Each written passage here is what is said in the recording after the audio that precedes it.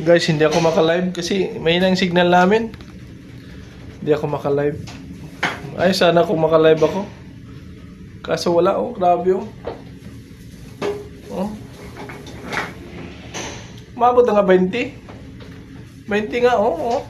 Tingnan nyo, 15. Sunod. 10, 15. Sa fourth child, starboard child, oh. Tingnan nyo, oh. 10.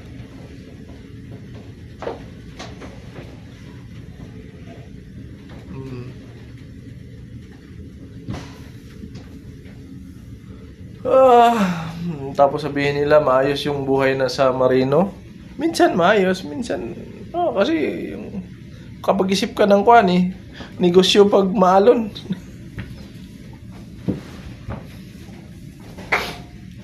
Pero ito yung kurso natin kaya wala tayong magawa, tiis-tiis. Diba guys? Dito tayo nabubuhay. Tapos may kontrata tayo kaya wala. Lalampasan din nito.